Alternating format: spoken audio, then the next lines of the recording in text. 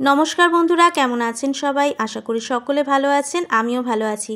सकालबेला देखो मा एखाने बागाने गेছে और बोललो मिस्त्री काकुरा बोलेছে এই পাশে যত ধনেপাতা গাছ রয়েছে সবই যেন তুলে নিই, কারণ আমরা পরে আর সেগুলো তুলে খেতে পারবো না, কারণ সেইখানটা দিয়েই আমাদের কাজ হবে। আর সেই ধনেপাতাগুলো তুলে আমরা ঘরে চলে এসেছি। আর মা দেখছি এখানে আগে মুসুর ডাল বসিয়ে দিয়েছে।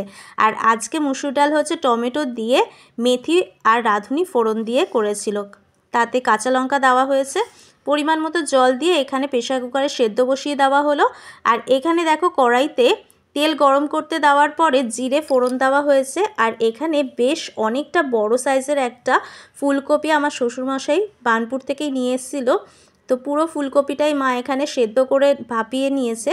আর জলটা ফেলে দিয়ে এখন ফুলকপিগুলোকে হালকা ভেজে নিচ্ছি। দেখো তার সঙ্গে পরিমাণ মতো নুন আর হলুদ গুঁড়ো দিয়ে দিয়েছি।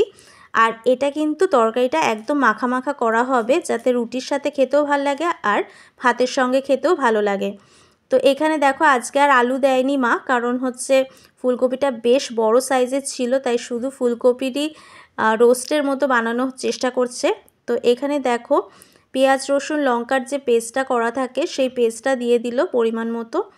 তার সঙ্গে টমেটো এখানে কুচিয়ে রাখা ছিল সেটা দিয়ে দিয়েছে।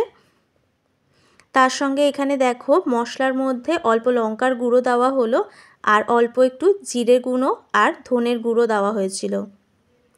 তো সমস্ত মশলার উপকরণ দিয়ে কিন্তু ভালো মতো নাড়াচাড়া করা হচ্ছিল। মা ভেবেছিল যে ফুলকপি থেকে আর কোনো জল বেরোবে না আর এটা পুরোপুরি মাখা মাখা হয়ে যাবে, কিন্তু নাড়া দিতে দিতে দেখছে এখানে ফুলকপির থেকে অনেকটা জল বেরিয়ে এসছে। এই কারণে বেশ অনেকক্ষণ ধরেই কিন্তু এটা কষাতে হয়েছিল। আর বেশি আবার নাড়াচাড়া করলে ফুলকপিগুলো ভেঙে গেলে ভালো লাগবে না খেতে। আর ফুলকপি যেহেতু সেদ্ধ রয়েছে, সেদ্ধ করার তো প্রয়োজন নেই। তো দেখতেই পাচ্ছ ডালটা কিন্তু পাশে সেদ্ধ হয়ে গিয়েছিল, তাই জন্য মা নামিয়ে অল্প একটু হলুদ গুঁড়ো দিয়েছে। আর অনেকটা ধনেপাতা তুলেছি তো দেখিয়েছি, তাই জন্য বেশ অনেকটা ধনেপাতাই মা এখানে কুচিয়ে নিচ্ছে। অল্প একটু ডালে দেওয়া হবে আর অল্প একটু ফুলকপি তরকারিতে দেওয়া হবে। এখন যেহেতু শীতকাল, ধনেপাতা দিয়ে সমস্ত রান্নাই কিন্তু খেতে দারুণ লাগে।